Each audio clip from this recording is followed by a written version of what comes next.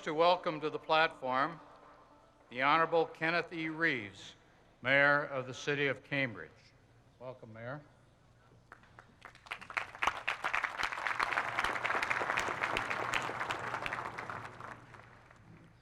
I am also pleased to welcome to these exercises the distinguished members of our 50th reunion class, the great class of 1957.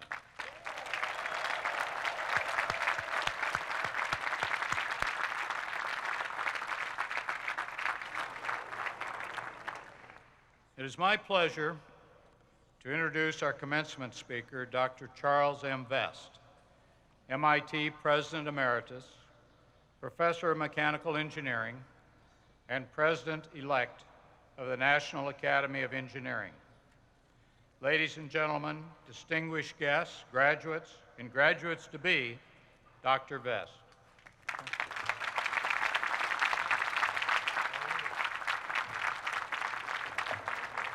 Thank you, Dana. Before I begin, I must tell all of you that I have listened to more commencement speeches than you can imagine. I've also invited more commencement speakers to campuses than you can imagine. From this, I learned that students usually feel they were shortchanged. Hypothetically, now just hypothetically, they might say things like, geez, Harvard got 2 bills and all we got's 1 Chuck. But it's okay, because I want to speak to you, not to the world. And because this is MIT, I'm going to talk to you about 2 big things: opportunity and service. Here are 2 things I know about opportunity. First, MIT is the greatest place on the planet when it comes to radiating education, opportunity, and service. Second, you never know when or how opportunity will materialize. Don't try to plan it or predict it, because you'll undoubtedly be wrong. Now, how do I know these 2 things about opportunity? I know them because of the 2 letters I received from MIT during one 22-year period. I received the first letter from MIT in 1968. It informed me that the Institute was not interested in my application to become an assistant professor. So in Ann Arbor, I happily taught, did research, wrote a book, painted the house, helped Becky raise our children, and above all else, avoided committee assignments. But 22 years later, in 1990, a second letter came from MIT. This one asked me to serve as MIT's president. Not in my wildest dreams as a young faculty member could I have imagined that one day I would be called to serve as president of this remarkable institution. So always read your mail from MIT. There's an outside chance that instead of asking you for a donation, it may ask you to be president, or perhaps commencement speaker. Now, being president of MIT brought me experiences that I could barely have dreamed of. Because of the opportunities created by education and by the place of MIT on the world stage, I would come to meet, know, or work with the kings, queens, presidents, premiers, or prime ministers of many nations, with the first human to set foot on the moon, with great artists and musicians, with the leaders of huge corporations, and with remarkable young entrepreneurs. So what happens when you're with the powerful and famous? Well, in 2001, my wife Becky and I had tea with Queen Elizabeth at Buckingham Palace. Would you like to know what she said to me? She asked me what I thought about Harry Potter. Thank goodness I had heard enough that I knew to mumble something about muggles and Hogwarts, but believe me, it was a close call. Or consider this, in 1994, I found myself in the East Room of the White House when all the living Apollo astronauts came together to celebrate the 25th anniversary of the first lunar landing. As I was leaving that amazing event, both Carl Sagan and the President of the United States sought me out to shake my hand and thank me personally for a small role I had recently played in our space program. With swelled head and adrenaline rush, I floated out of the White House to catch a taxi cab. Then I heard someone on the street call my name. I turned around to find a former MIT graduate student who proceeded to berate me with a 5-minute litany of pent-up complaints about some aspects of her experience here. She was certain that I had been personally responsible for all of them. So there's nothing like encountering an MIT graduate to keep your head out of the clouds and your feet on the ground. But my real point here is that education and MIT opened amazing doors of opportunities to me. Opportunity to learn, opportunity to teach, opportunity to serve a greater good. Indeed, the opportunity to serve is what I have valued above all else. I had the opportunity to serve as a voice for science, engineering, and higher education, and for the importance of our nation being open to scholars from all over the world at a time when America sorely needed to think about these things. And I want you to know that the people I have most valued knowing and working with are not the leaders of nations or corporate titans. They are my faculty colleagues, the intellectual leaders, the teachers and scholars who are the essence of MIT and who give you and gave me the opportunity to literally change the world. The opportunities for which they, the faculty, have prepared you will be as breathtaking as they are formidable, and most of them are beyond today's imagination. One reason is that they are mostly global in scale and very complex. Another reason is the continuous acceleration of technological progress. The future is rushing at us more quickly every year. Just consider this. After the automobile was introduced, it took 55 years, in essence a lifetime, for 25% of the US population to have a car. It took 35 years, the length of a typical career, for the telephone to reach 25% of the US population. It took 23 years for radio, 16 years for the personal computer, 13 years for cell phones, and only 7 years for the World Wide Web. Do you feel the acceleration, this exponential growth? Well, we'd better get used to it. 3,000 new books are published every day, and the amount of technical information is doubling every 2 years. But along with all of this acceleration and exploding information, you have entirely new tools. Many of these new tools come from information technology or from 21st century life science. Your generation is already leading us into a new domain of global interaction. I am convinced that your way of communicating and working, Second Life, Wikipedia, YouTube, social networking, social computing, open innovation, these things reflect a fundamental transformation. You can and must guide this transformation. You can use it to make money. You can use it to revel in catching politicians and movie stars making stupid mistakes. Or you can use it to bring what James Surowiecki calls the wisdom of crowds, to work together to solve important problems and to build a more inclusive, engaged, and more egalitarian world society. It's your choice.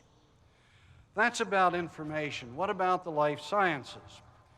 We are barreling along 3 great frontiers of 21st century life science and biotechnology. Frontiers that present extraordinary challenges and opportunities. The first is to realize the promise of genomic medicine, to put a powerful base of rational science beneath the practice of human medicine, and to tailor medical treatments to each individual patient. The second challenge is to dramatically advance our understanding of the human brain and mind, of memory, learning, and communication, and to attack the mental and emotional illnesses that today wreak havoc on so many lives.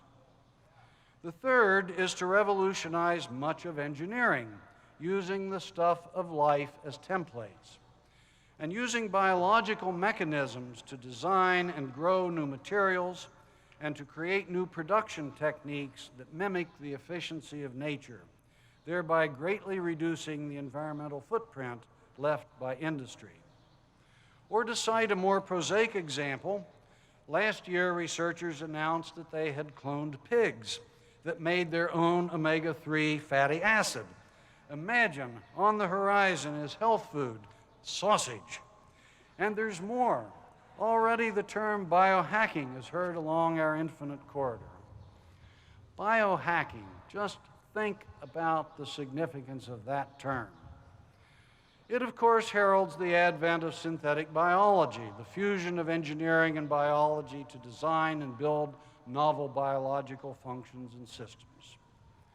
Will all of these new capabilities of information science, life science, engineering, and their combination be used for good or for ill? How will you grapple with the ethical and legal questions that will come along with these new powers? How will you influence the public discourse and the public action on these questions? These are enormous challenges, in part because technological advancement usually outpaces social advancement. For example, the design of the internet that forms the basis of so much opportunity in the world today was predicated on mutual trust. Trust that you are who you say you are and that you are doing what you say you are doing. But now, of course, we have viruses, worms, and phishing. That's P-H-I-S-H-I-N-G. You guys will have to explain to your parents what that means. But these human-developed technological evils can be very serious.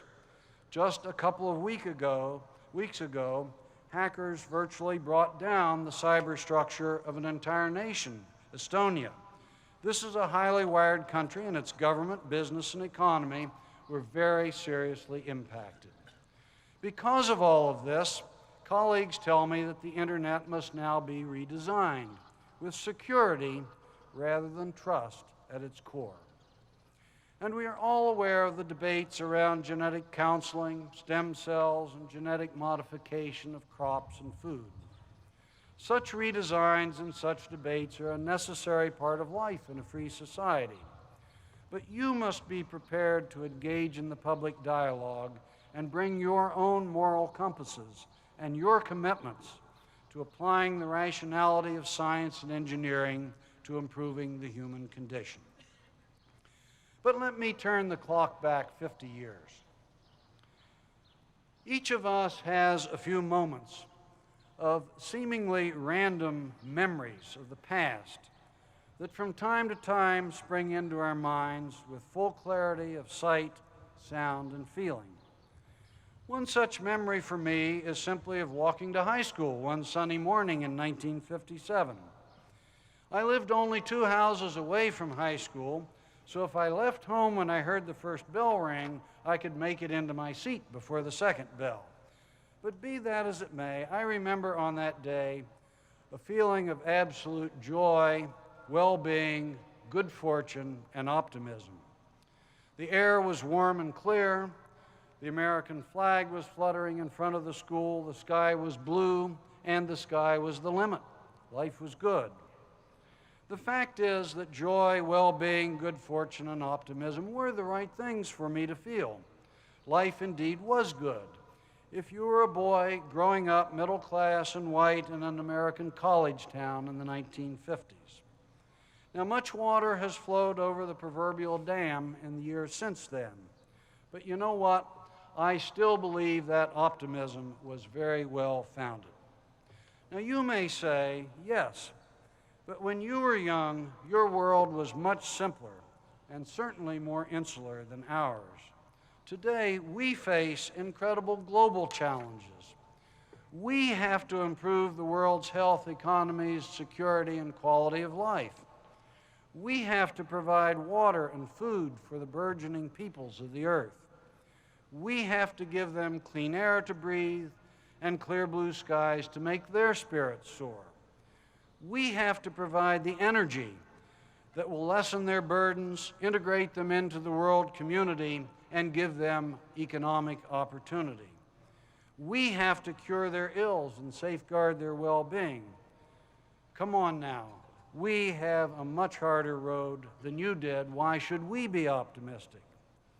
Well, in some ways you are right, but I want to leave you with another perspective. When I was young, I sat in our comfortable home in front of a black and white television and watched an interview with Dr. Tom Dooley, an American medical doctor serving people in Asia in the midst of unfathomable poverty and dire living conditions. Dr. Dooley held up in front of the camera a tiny, ill, starving child with distended belly. Now, I have to explain that in 1950s, such sights were never seen on television or even in magazines. It was shocking, and I recoiled emotionally. Then he calmly said, in essence, when you look at this child, you see something horrifying. But I look at this child and know that I have the knowledge and the skill to make him well. I believe that simple statement is a metaphor for what the graduates of a great university, especially one with the focus of MIT, can and must do: make the world well. Yes, you do grasp the complexity of our world and you understand the enormity of its challenges, but you also have new tools to resolve them. In the end, I believe that knowledge and skill trump ignorance and that optimism trumps pessimism.